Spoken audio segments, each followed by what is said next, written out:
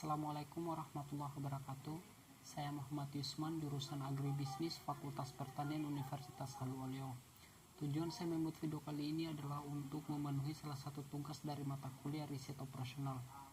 Baik, di video kali ini saya akan mencoba menyelesaikan soal model transportasi, yang dimana soalnya yaitu suatu perusahaan tekstil mempunyai 3 pabrik di 3 tempat yang berbeda, yaitu P1, P2, dan P3 dengan kapasitas masing-masing 60, 80, dan 70 ton per bulan. Produk kain yang dihasilkan dikirim ke 3 lokasi penjualan, yaitu G1, G2, dan G3 dengan permintaan penjualan masing-masing 50, 100, dan 60. Ongkos angkut per biaya dari masing-masing pabrik ke lokasi penjualan tersebut adalah sebagai berikut, yang dimana P1 ke G1 ongkos biayanya sebesar 5, P1 ke G2 10, P1 ke G3 10, P2 ke G1 15, P2 ke G2 sebesar 20, P2 ke G3 15, P3 ke G1 5, P3 ke G2 10, P3 ke G3 sebesar 20. Bagaimana cara perusahaan mengalokasikan pengiriman kain dari ketiga pabrik ketiga lokasi penjualan agar biaya pengiriman minimum? Baiklah, di sini saya akan mencoba menyelesaikan persoalan ini. Untuk penyusunan tabel awalnya menggunakan metode NWC atau North-West Corner, dan untuk penyusunan tabel optimasinya menggunakan metode MODI atau Modified Distribution. Oke, langsung saja ke pembahasannya.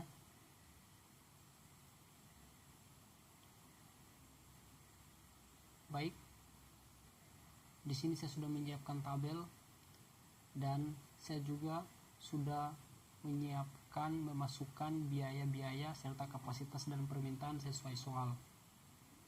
Metode pertama untuk penyusunan tabel awal saya menggunakan metode NWC atau North-West Corner. Oke, di sini kita mulai pada memasukkan P1 ke G1. Kenapa saya tulis 50? Karena kita harus menyesuaikan antara nilai kapasitas sama permintaan. Nah, nilai permintaan pada P1 G1 yaitu sebesar 50, maka saya tulis 50. Selanjutnya 10, 80, 10, dan 60. Kenapa G3 saya tidak isi? Karena nilainya sudah terrealisasi pada G1 sama G2. Oke, setelah seperti ini, sekarang kita masuk ke metode selanjutnya, yaitu metode MODI atau Modified Distribution. Di sini kita harus benar-benar mencari sel yang memiliki isi untuk mengisi nilai dari G1, G2, G3, P1, P2, dan P3. Di sini kita akan mencari nilai G1, yaitu dengan rumus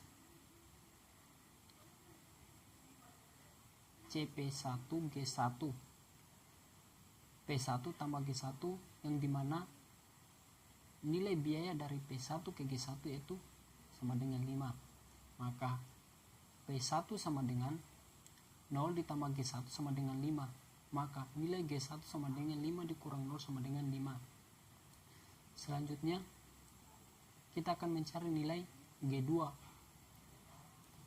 yang dimana rumusnya yaitu CP1G2 sama dengan P1 tambah G2 sama dengan 10. Oke, maka 0 tambah G2 sama dengan 10. Nilai dari G2 sama dengan 10 dikurang 0 sama dengan 10. Oke, kita isi dulu, yang dimana G1 tadi kita sudah ketahui sebesar 5.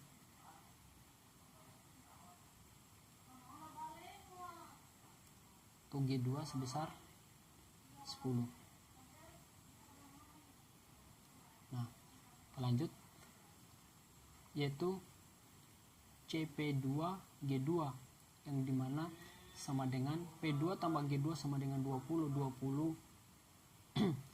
maka P2 tambah 10 sama dengan 20. P2 sama dengan 20 dikurang 10, hasilnya adalah 10. Oke, selanjutnya yaitu CP3 G2. P3 ditambah G2 sama dengan 10. Oke, yang ini. P3 tambah 10 sama dengan 10. Maka nilai P3 sama dengan 10 dikurang 10 sama dengan 0. Nah, selanjutnya yaitu CP3 G3. Yang ini. P3 ditambah G3 sama dengan 20. Maka 0 tambah G3 sama dengan 20. Maka nilai dari G3 sama dengan 20 dikurang 0 sama dengan 20. Baik, setelah seperti ini, sekarang kita masuk ke metode selanjutnya, yaitu metode MODI atau Modified Distribution. Nah, setelah kita melakukan ini, kita lihat sel yang tidak memiliki isi, yang dimana sel yang tidak memiliki isi di sini yaitu terjadi pada sel P1G3, P2G1, P2G3, P3G1,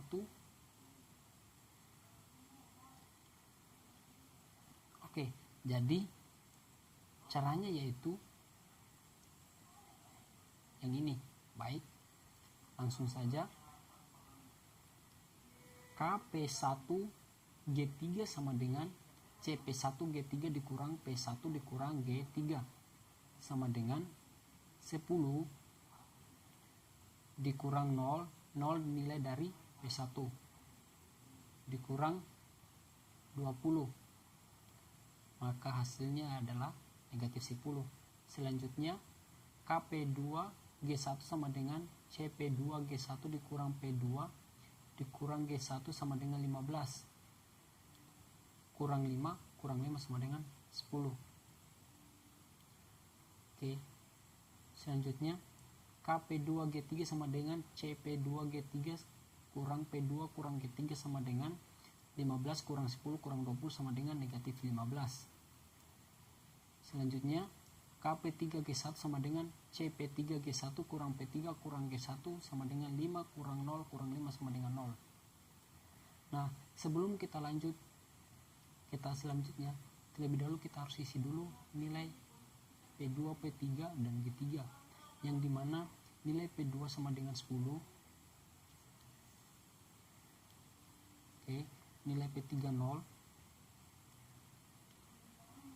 dan nilai G3 20.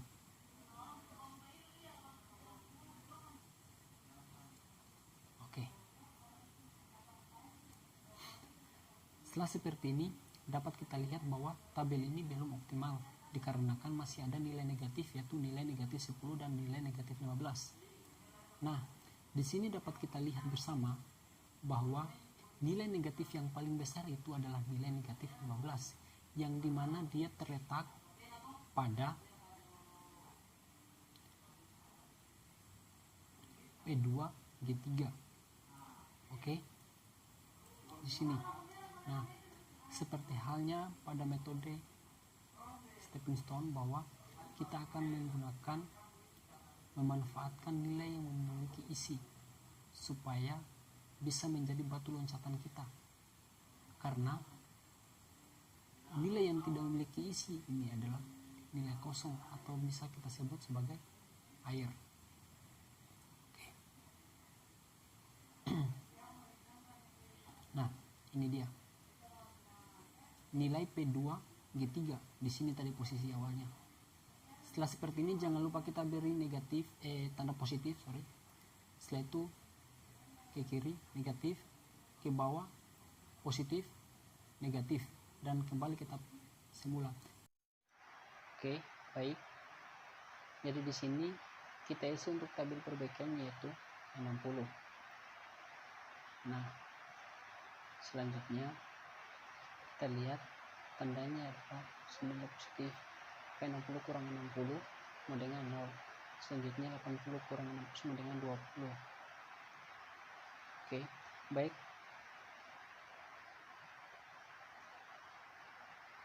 Inilah tabel perbaikan selanjutnya.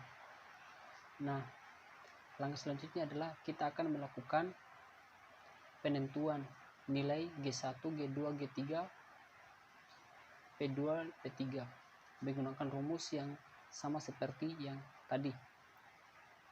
Oke, langsung saja rumusnya, yaitu CP1G3 sama dengan P1 ditambah G1 sama dengan 5. Maka P1 sama dengan 0 ditambah G1 sama dengan 5. Maka nilai dari G1 sama dengan 5 dikurang 0. Hasilnya 5. Selanjutnya yaitu CP1G2 sama dengan P1 ditambah G2 sama dengan 10. Nilai 10 ini diambil dari CP1G2. Nah, G2 sama dengan 10 kurang 0 sama dengan 10. Selanjutnya itu CP2G2 sama dengan P2 ditambah G2 sama dengan 20. Maka P2 sama dengan 20 kurang 10 sama dengan 10. Selanjutnya CP2G3 sama dengan P2 ditambah G3 sama dengan 15. Maka 10 tambah G3 sama dengan 15. G3 sama dengan 5. CP3G2 sama dengan P3 ditambah G2 sama dengan 10. Maka P3 tambah 10 sama dengan 10. P3 sama dengan 0. Oke. Sebelum kita lanjut terlebih dalam, kita perlu isi dulu ini terlebih dahulu, di mana nilai G1 adalah 5. Oke. G2 10.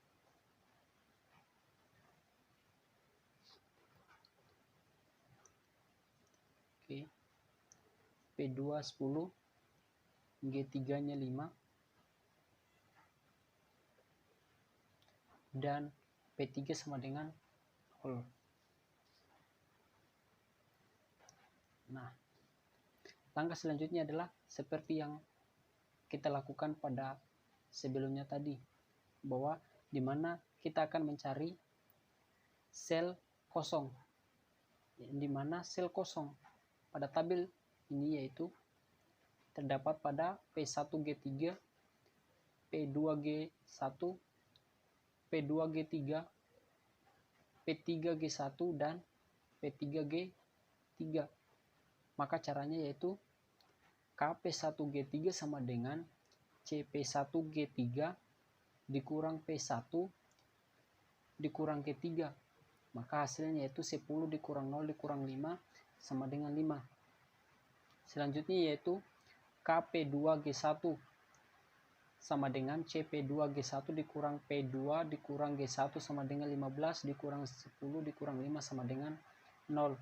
Selanjutnya KP3G1 sama dengan CP3G1 dikurang P3 dikurang G1 sama dengan 5 dikurang 0 dikurang 5 sama dengan 0.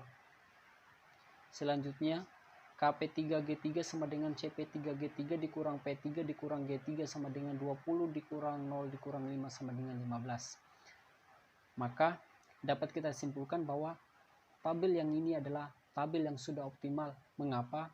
Karena di sini hasilnya sudah tidak memuat lagi nilai yang negatif atau sudah lebih besar daripada 0, bisa juga sama dengan 0. Nah, karena tabel kedua ini sudah merupakan tabel yang optimal, maka kita akan mencari nilai dari tabel ini, yaitu dengan cara mengalihkan antara pengalokasian dan biaya untuk pengalokasian tersebut. Maka caranya yaitu jangan lupa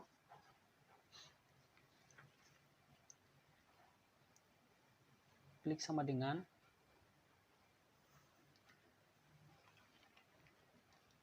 setelah itu 50 dikali 5 kali 5 ditambah 10 kali 10